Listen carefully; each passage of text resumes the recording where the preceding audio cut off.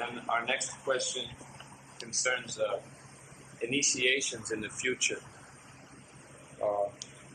particularly at that time when you're no longer with us.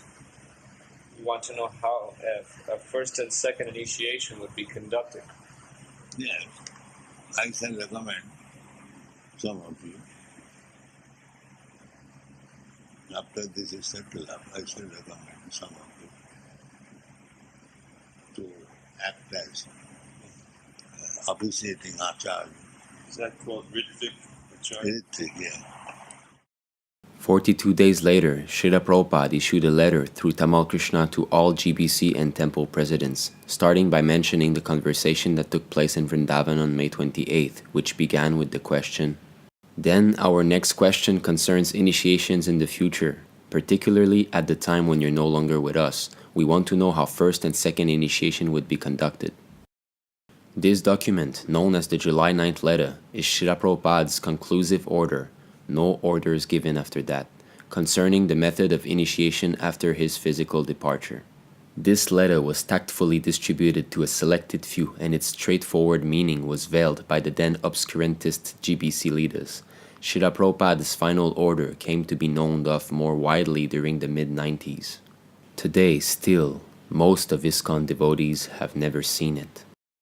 July 9, 1977. To all GBC and temple presidents, dear Maharajas and Prabhus, please accept my humble obeisances at your feet. Recently, when all of the GBC members were with His Divine Grace in Vrindavan, Srila Prabhupada indicated that soon he would appoint some of his senior disciples to act as Ritvik, representative of the Acharya, for the purpose of performing initiations, both first initiation and second initiation. His Divine Grace has so far given a list of 11 disciples who will act in that capacity. In the past, temple presidents have written to Srila Prabhupada recommending a particular devotee's initiation. Now that Srila Prabhupada has named these representatives, temple presidents may henceforward send recommendation for first and second initiation to whichever of these 11 representatives are nearest their temple. After considering the recommendation, these representatives may accept the devotee as an initiated disciple of Srila Prabhupada by giving a spiritual name, or in the case of second initiation, by chanting on the Gayatri thread, just as Srila Prabhupada has done. The newly initiated devotees are disciples of His Divine Grace A.C. Bhaktivedanta Swami Prabhupada,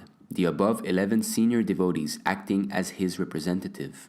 After the temple president receives a letter from these representatives giving the spiritual name or the thread, he can perform the fire yagya in the temple as was being done before. The name of a newly initiated disciple should be sent by the representative who has accepted him or her to Srila Prabhupada to be included in His Divine Grace Initiated Disciples book.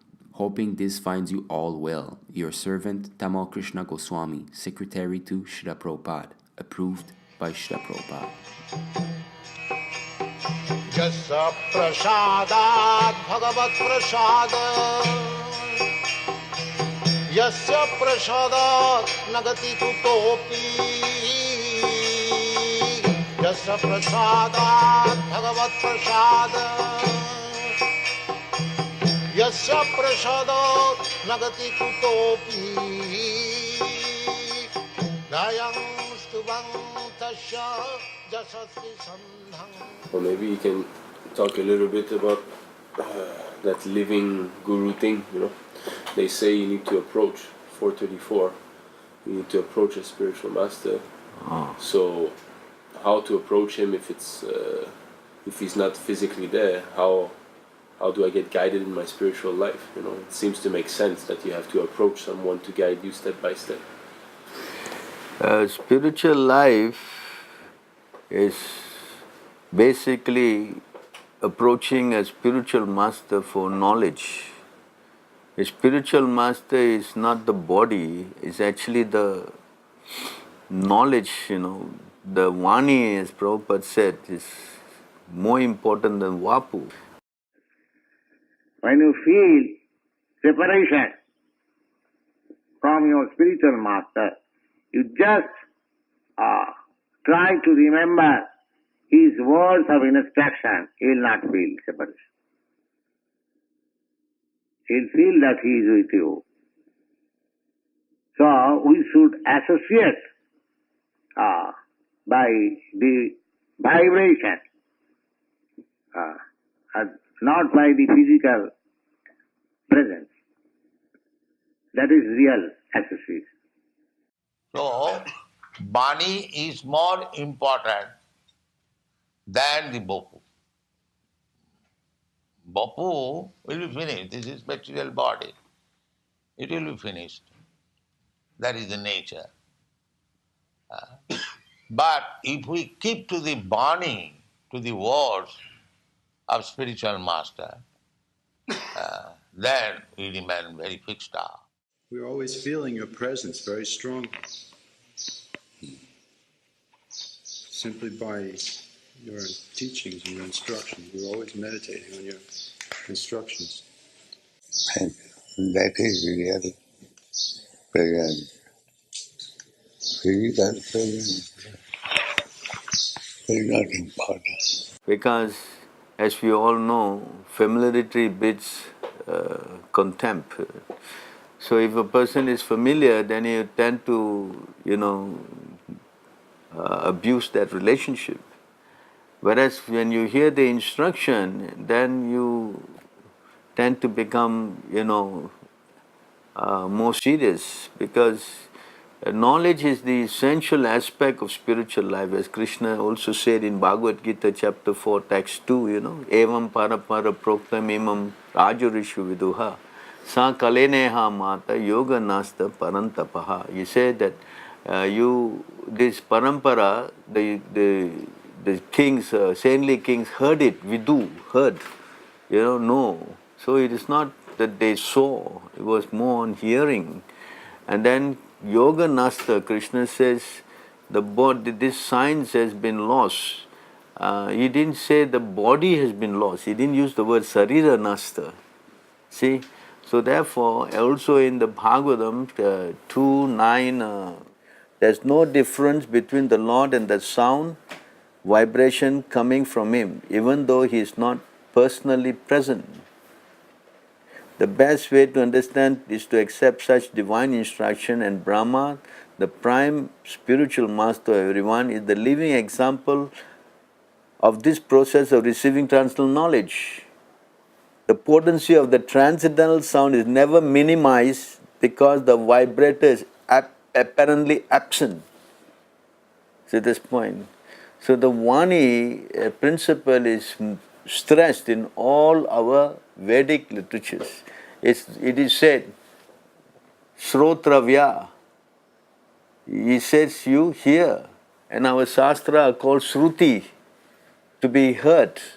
It's never to be seen. The seeing thing is never emphasized at all.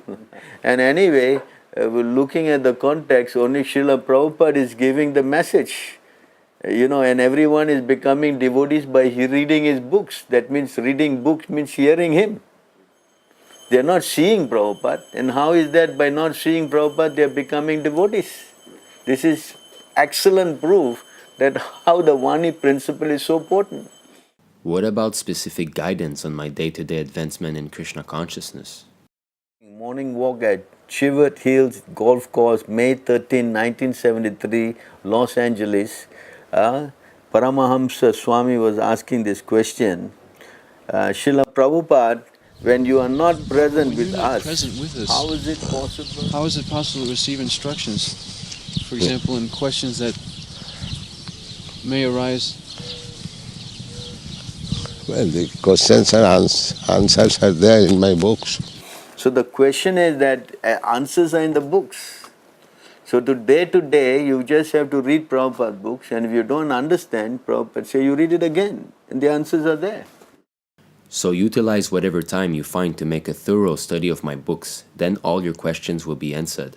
In my books, the philosophy of Krishna consciousness is explained fully, so if there is anything which you do not understand, then you simply have to read again and again. By reading daily, the knowledge will be revealed to you, and by this process, your spiritual life will develop.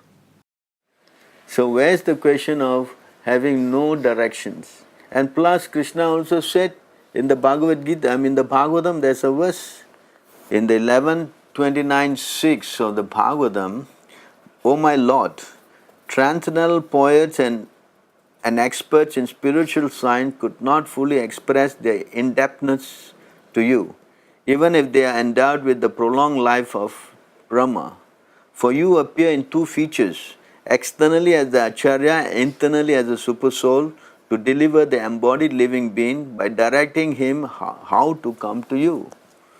So where's the question of having no guidance? I shall remain your personal guidance, physically present or not, as I am getting personal guidance from my Guru. Even the Guru is not physically present. If you follow the Bani, then you are getting help.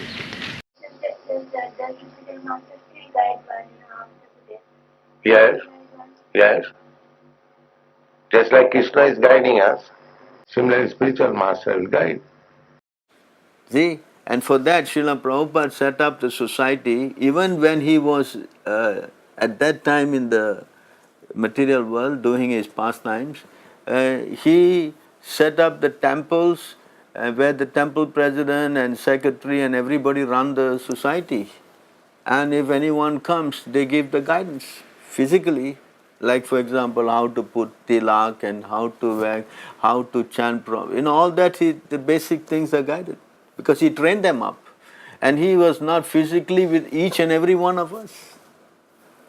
See, but that instruction is flowing.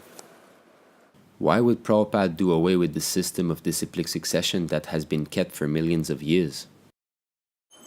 How is he throwing away when you say that he has introduced a system whereby he is still giving you the transcendental knowledge? Even let's say that you talk about the present Guru system, they are telling you that we are only bringing you to Prabhupada. And they are advising you to read Prabhupada books. So knowledge is coming from who? From Prabhupada. So if you say we are throwing a system, then we should do away with Prabhupada totally. We have not. What is Diksha? Diksha is the process by which one can awaken his transcendental knowledge and vanquish all reactions caused by sinful activity. A person expert in the study of the revealed scriptures knows this process as Diksha. Diksha means receiving transcendental knowledge, thus becoming freed from sinful reactions. How to receive transcendental knowledge? As Brahmaji received knowledge directly from the Lord by satisfying him fully, similarly one has to receive the transcendental knowledge from the spiritual master by satisfying him. The spiritual master's satisfaction is the means of assimilating transcendental knowledge. The spiritual master's satisfaction is the means of assimilating transcendental knowledge. How to satisfy the spiritual master? One should strictly adhere to the instructions of the spiritual master, for if he is pleased, certainly the Supreme Personality of Godhead is pleased. Yasya prasadad bhagavad prasado yasya prasadan nagati kutopi. By strictly following his instructions, one pleases the spiritual master, thus pleasing Krishna. Can one please the spiritual master after his disappearance? Guru Kripa only comes by pleasing the spiritual master, Srila Prabhupada? Otherwise how? Excuse me? Otherwise how it can come? So those disciples who don't have opportunity to see you or speak with you. That he is speaking. Bani and Bopu. Even if you don't see his body, you take his word. Bani. But how do they know they're pleasing you, Srila Prabhupada? If you actually follow the words of Guru, that means he is pleased. If you do not follow, how you can... Not only that, but your mercy is spread everywhere. And if we take advantage, you told us once, then we will feel the result. Yeah. My Guru Maharaj passed in 1936, and I started this movement in 1965, 30 years after. Then I am getting the mercy of Guru. Huh? Yes. This is Bani. Yes. Even the Guru is not physically present. If you follow the Bani, then you are getting help. If one follows the Vani, he will receive Guru Kripa. Diksha means receiving transcendental knowledge, thus becoming freed from sinful reactions. The spiritual master's satisfaction is the means of assimilating transcendental knowledge. By strictly following his instructions, one pleases the spiritual master, thus pleasing Krishna. If one follows the Vani, he will receive Guru Kripa. So we are interested in getting transcendental knowledge, and that is coming from Prabhupada. That everybody cannot deny that. Okay? So when you get knowledge, only then your heart can become purified. Transcendental knowledge we are talking about, not mundane knowledge. That's why Krishna also stressed in Bhagavad Gita 4:34, Tad vidi parnipatena pariprasne sevaya upadeshanti te jnanam jnanina tattvadarshina. It is talking about the self-realized soul imparting you knowledge. That means you are going to a person, approaching him for knowledge. But today's system of communication is that Prabhupada's speeches are recorded. They're so advanced, they manage to record everything and keep in tapes, in datas and so many things which are accessible even though you are not with him 50, 60 years ago, but you still can get his association. So how is it that you are breaking the tradition? The tradition all along has been to impart this knowledge. Krishna imparted the knowledge to Brahma and Brahma did not see him. Prahlad Maharaj received knowledge from Narada Muni and he did not even see him. When he was in the womb of his mother, Prahlad Maharaj listened to the words of Narada Muni. One cannot imagine how the baby in embryo could hear Narada, but this is spiritual life. Progress in spiritual life cannot be obstructed by any material condition. This is called ahaituki apratihata. Reception of spiritual knowledge is never checked by any material condition. So it is not the question of some physical, personality that you must approach for knowledge. That is not supported in the Vedic scriptures. Vedic scriptures support that you hear. How you hear, that's another thing. But you must hear from a pure devotee, a tattvadarshi. And a tattvadarshi is qualified in the Bhagavad Gita in 6:39 as someone who sees Krishna everywhere. If someone is seeing Krishna, then he is never lost. Because he is on the transcendental consciousness, he is talking to Krishna, therefore he is giving you Krishna's direct message. Definition of Tattvadarshi. A real preacher cannot be bogus. He must first of all realize Lord Vishnu as he is, as confirmed in Bhagavad Gita. Upadekshanti te jnanam jnaninas tattvadarshinaha. One who has seen the truth can impart knowledge. The word Tattvadarshi refers to one who has perfectly realized the Supreme Personality of Godhead. Such a person can become a guru and propound Vaishnava philosophy all over the world. But if you are not seeing Krishna and talking to Krishna, then how you can impart this transcendental knowledge? That is bogus. The Vedic system is talking about imparting transcendental knowledge. You understand? Divya Gyan. The word is used Divya. Divya doesn't mean mundane stuff. Divya means what? Transcendental. Correct? And that's why Sukracharya has been rejected. Bali Maharaj rejected Sukracharya, his so-called physical guru, because he was speaking nonsense. Don't go to Krishna. And as a result, he rejected him. These are all Shastra. So we cannot rely on this physical thing. And plus you can see, today's modern civilization is so advanced that everybody is connected not by what? Physical thing. All your gadgets, Facebook, this book, that book, everything is based on hearing or more or less seeing your data, something. Is it not? Is it not? If instructions are more important, why not then follow a previous acharya like Narada Muni or Lord Brahma? As already stated, Brahma is the original spiritual master for the universe, and since he was initiated by Lord himself, the message of Srimad Bhagavatam is coming down by disciplic succession. And in order to receive the real message of the Srimad Bhagavatam, one should approach the current link of spiritual master in the chain of disciplic succession. So you have to go to the current link. Suppose I have heard something from my spiritual master, so I speak to you the same thing. So this is parampara system. You cannot imagine what my spiritual master said.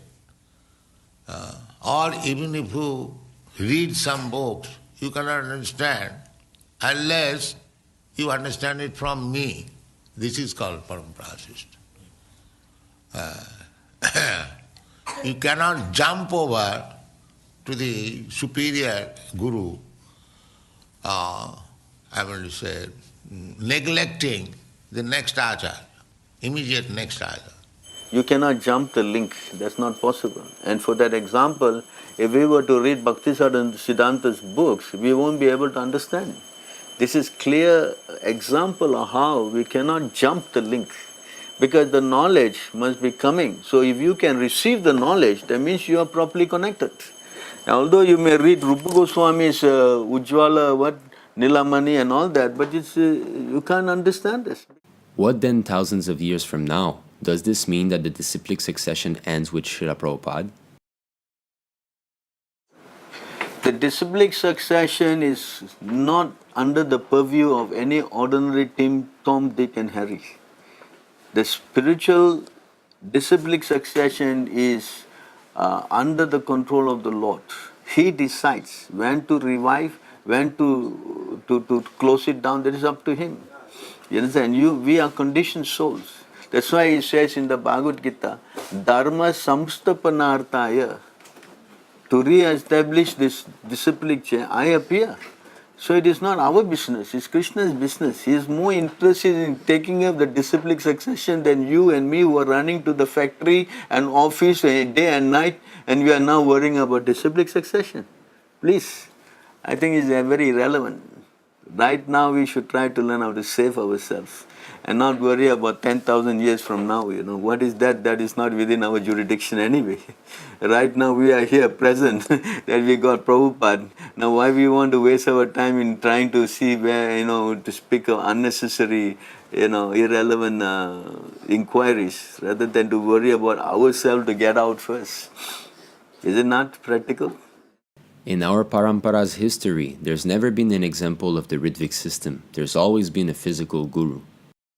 Regarding parampara system, there's nothing to wonder for big gaps. The Gita was taught to the sun god some millions of years ago, but Krishna has mentioned only 3 names in the parampara system, namely Vivashvan, Manu, and Ikshvaku. And so these gaps do not hamper from understanding the parampara system. We have to pick up from the prominent acharya and follow from him. And also the example of Ramanuja Acharya and Yamunaja Acharya. Yamunaja Acharya, when in his spiritual master already left the body. See, just like Brahma, he did not see Lord Krishna and he heard the word. Just because he heard from Brahma and I did not see Krishna, that means his potency is lost. It doesn't work like that. In spiritual life, the Lord is always in the heart of the living entity. See? So he is directing. How to save the conditioned soul is his prerogative, not ours or yours or anybody. You understand this? And spiritual life only can happen by the connection with spiritual master. See? And spiritual master not necessarily must be physically present. He has to give you that sound vibration. So many of you have not seen Prabhupada, a clear example, and you read his books. And your life has changed. Your life has not changed because you met some other devotees in the line. This is not a fact. His books are the one that changing people's life.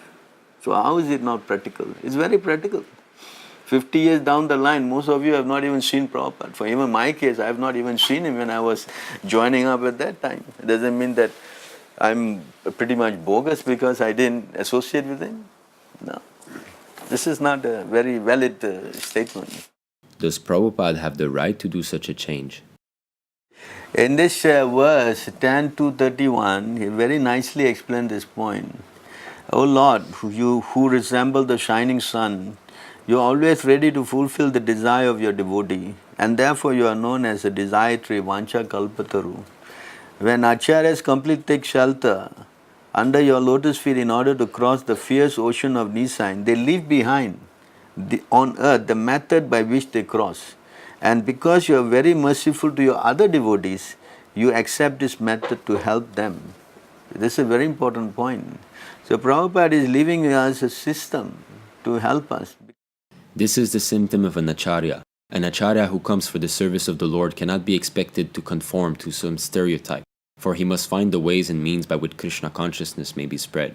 Every acharya has a specific means for propagating his spiritual movement with the aim of bringing men to Krishna consciousness. Therefore, the method of one acharya may be different from that of another, but the ultimate goal is never neglected. As Hari is free to act as he likes, the empowered spiritual master is also free. As Hari is not subject to mundane rules and regulations, the spiritual master empowered by him is also not subject. Because he is an acharya who knows past, present, future. So he knows very well how degraded the society is going to become. Many more conditioned souls who are more and more, having a lot of demonic qualities are going to take birth. So knowing these conditions, to keep that spiritual flow, the spiritual message flowing, Prabhupada had introduced this system.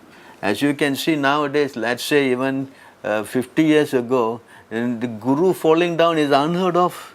Now even in the, very strict maths like the Madhva math or the Ramanuja math, they follow very so strictly, they acharyas also falling down. With the symptom of this age, in Kali Yuga, all these things are going to be happening in a more very, lucid manner. Everybody is going to see there's so many fall downs. So people are losing faith. So to keep that spiritual integrity, safe and solid, Prabhupada has introduced this system. Just like in this verse, the purport he says about the 16 rounds. In the purport of this verse, he says, the Acharya's duty is therefore to find the means by which devotees may render service according to reference from Shastra. Rupa Goswami, for example, in order to help subsequent devotees published such devotional books as Bhakti Rasa Sindhu. This is the duty of the Acharya to publish books that will help future candidates take up the method of service and become eligible to return home back to Godhead. By the mercy of the Lord, Acharyas publish books to give the method, according to time, circumstances, and candidate, to go back to Godhead. in our movement, Krishna conscious movement, the same path has been prescribed and followed. Thus, the devotees have been advised to refrain from 4 sinful activities: illicit sex, intoxication, meat eating, and gambling, and to chant 16 rounds a day. These are bona fide instructions. Current bona fide method, 4 regulative principles, and 16 rounds.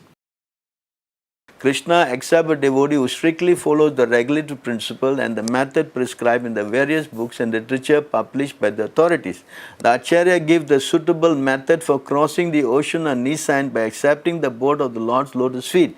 And if this method is strictly followed, the followers will ultimately reach the destination by the grace of the Lord. This method is called Acharya Sampradaya.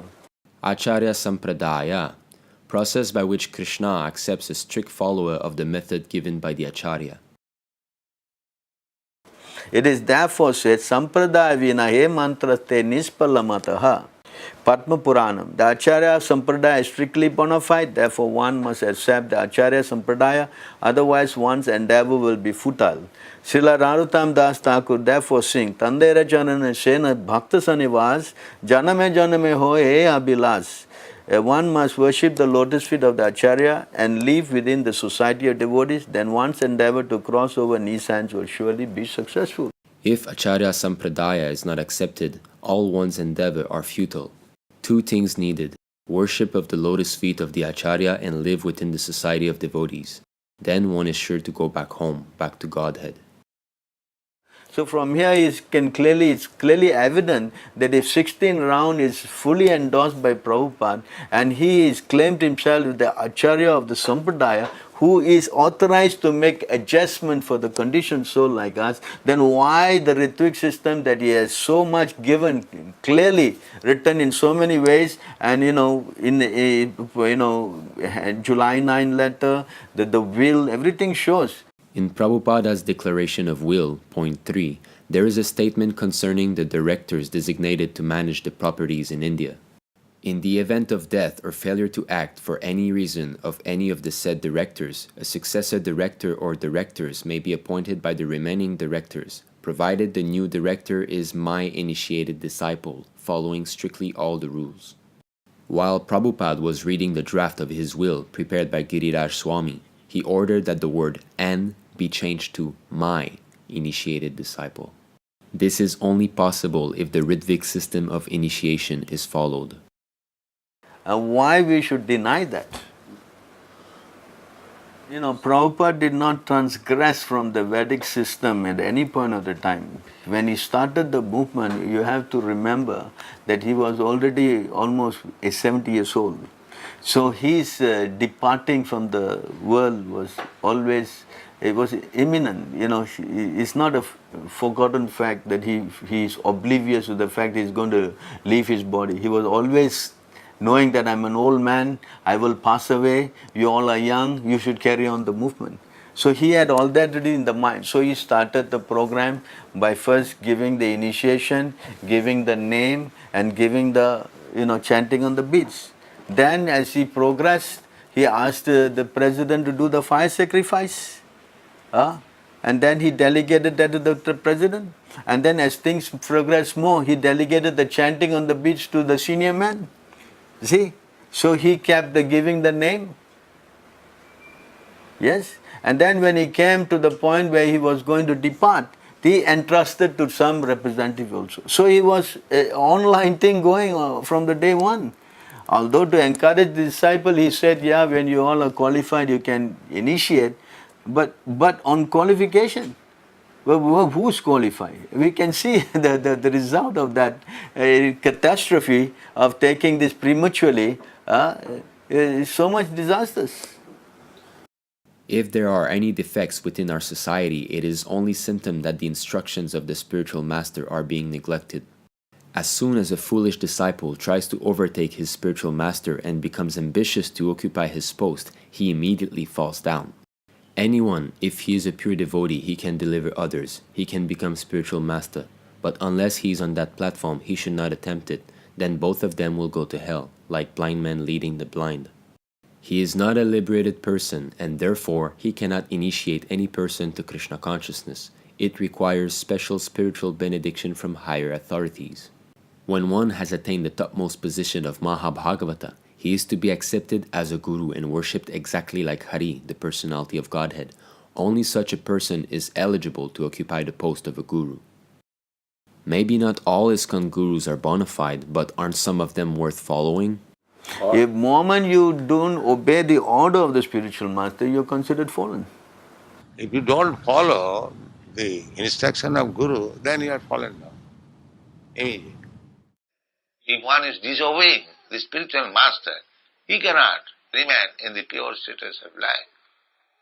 He cannot be Sikha Guru or anything else. He's finished immediately. That's there. When you disobey the order of the spiritual master, you become useless. You understand? It is explained in 7:15, 26, 27 in the purport. If you change a little bit, then you're totally deviated. So you cannot say that because they are not fall down. The fall down is already there. For the spiritual life of a disciple, one who disobeys the order of the spiritual master, then he will encounter so many problems in his spiritual life.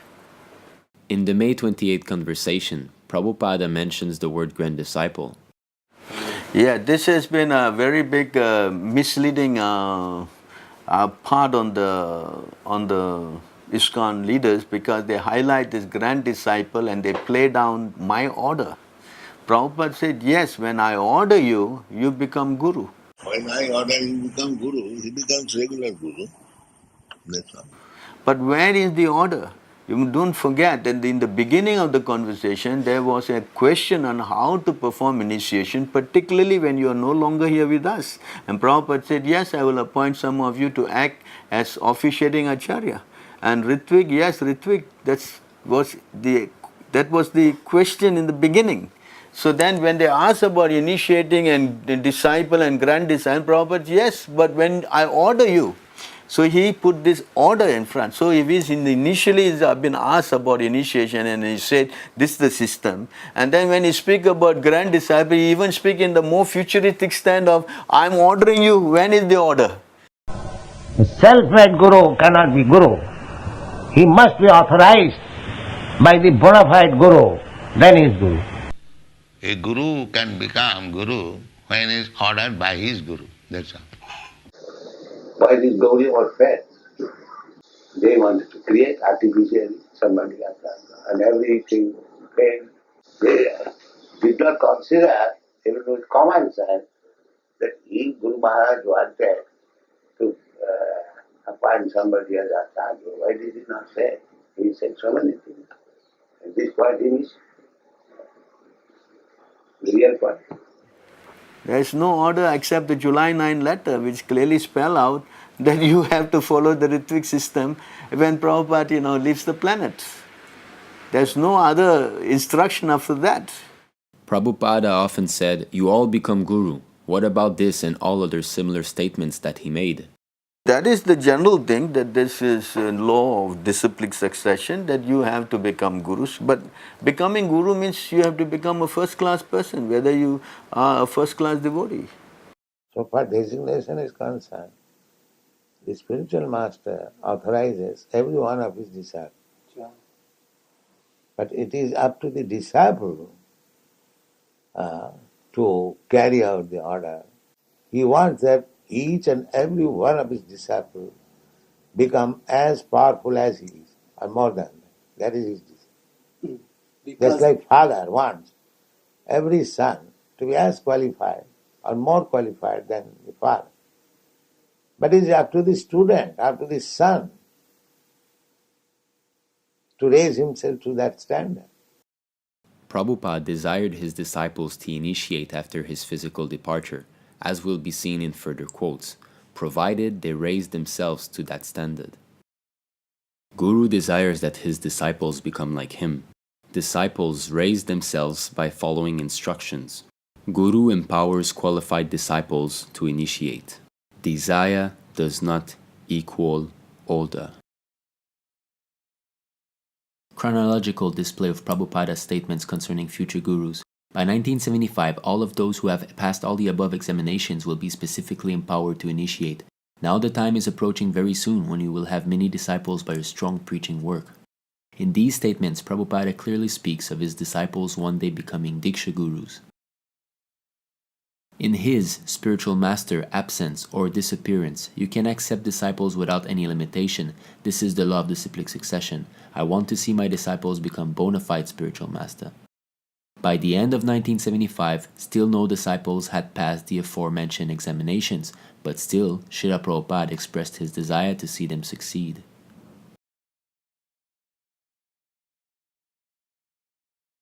Do you expect to name one person as your successor, or have you already?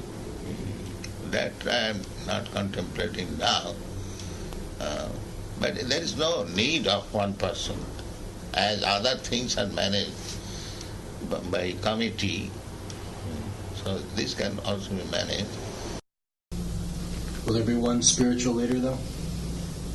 I am training GBC 18 all over the world. By then, it was clear that Srila Prabhupada wanted his disciples, the GBC members, to guide and manage ISKCON for lack of qualified disciples to become acharyas, as did Srila Bhaktisiddhanta Saraswati. He requested his disciples to form a strong governing body for preaching the cult of Chaitanya Mahaprabhu. He never recommended anyone to be acharya of the Gaudiya Math. If Guru Maharaj could have seen someone who was qualified at the time to be acharya, he would have mentioned. He said openly, you make a GBC and conduct the mission. Well, I've studied myself and all of your disciples, and it's clear fact that we're all conditioned souls, so we cannot be guru. Maybe one day it may be possible, but not now. Yes. I can do it. Now I do it. I can say, now you become acharya. You become acharya. I am waiting for you to become all acharya. Prabhupada here confirms that all his disciples were still conditioned souls. Nevertheless, he states that he's waiting to give his authorization. I should recommend some of you to act as officiating acharya. Is that called Ritvik Acharya? Ritvik, yeah. On July 9th of the year 1977, Srila Prabhupada bestowed upon his disciple his incontrovertible command, stating that he solely is to remain the Diksha Guru of ISKCON. And nobody is going to disturb you. Make your own will. and continue to become rich, act on like The only authorization given by Jagat Guru Srila Prabhupada is to follow the Ritvik system of initiation. If you disobey the order of the spiritual master, then there's no auspicious spiritual advancement for the disciple. Some devotees say that if ISKCON gurus are falling down, it is due to the influence of Kali Yoga. Prabhupada said guru means he cannot fall down. A spiritual master is always liberated. The pure devotee is always free from the clutches of Maya and her influence.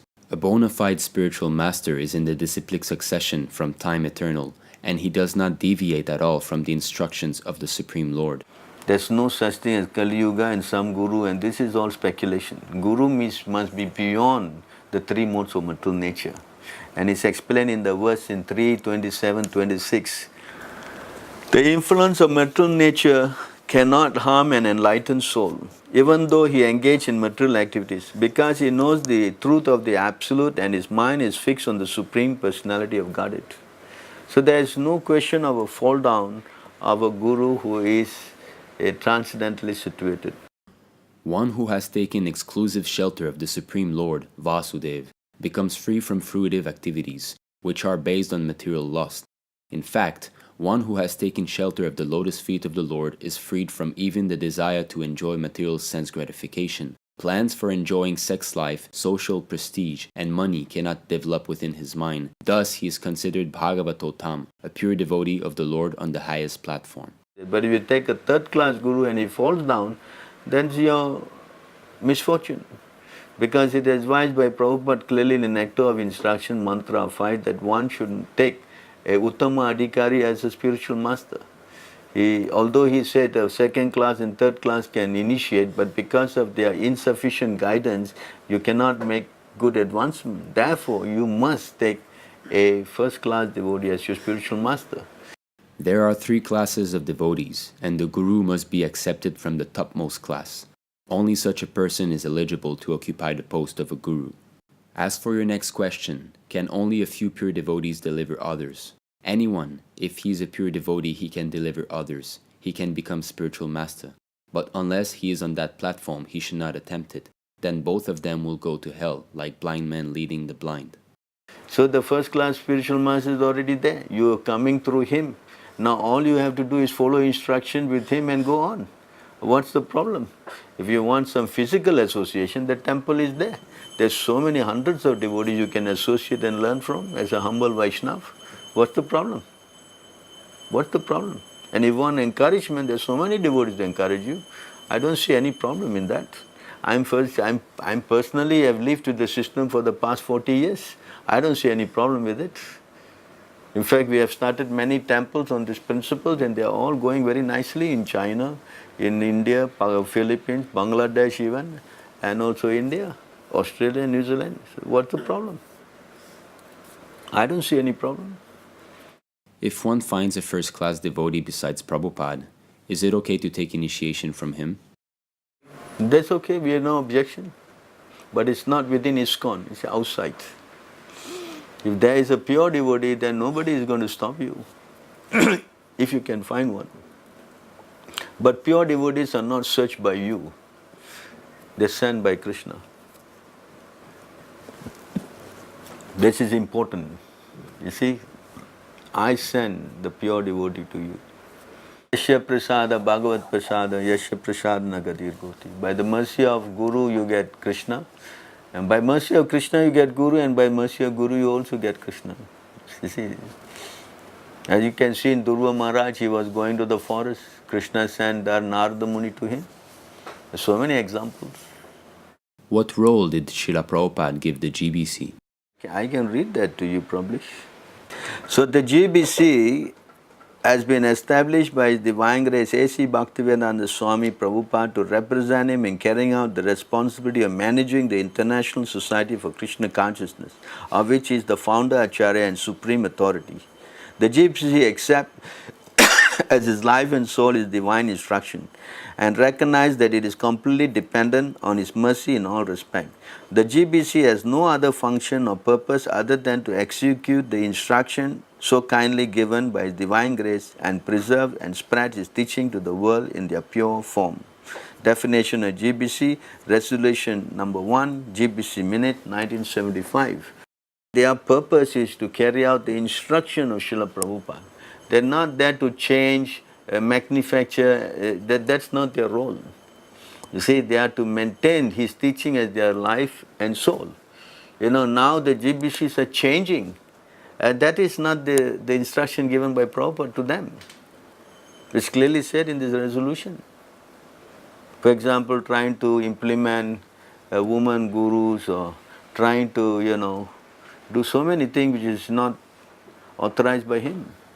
So this changing aspect is not in their jurisdiction.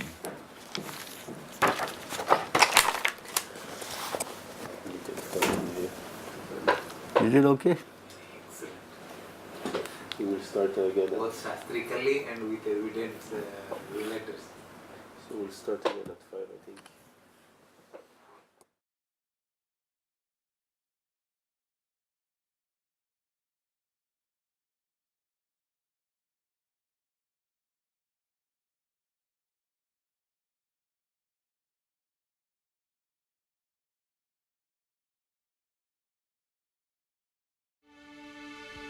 Samsara dava nalalita loka tranaya karunya ganaganatva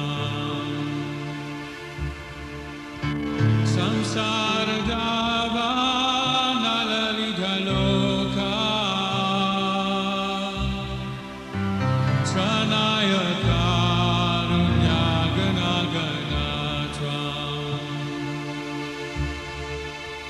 Praptasya kalyana gunana vasya Vande Guru Sri Charanaravinda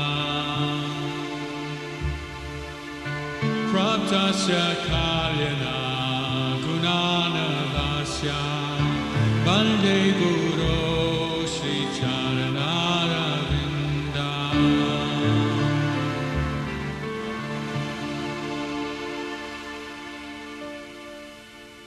Mahaprabhu Kirtana Nitya Gita Vaditra Madhyan Manasura Sena Mahaprabhu Kirtana Nitya Gita Vaditra Madhyan Manasura Sena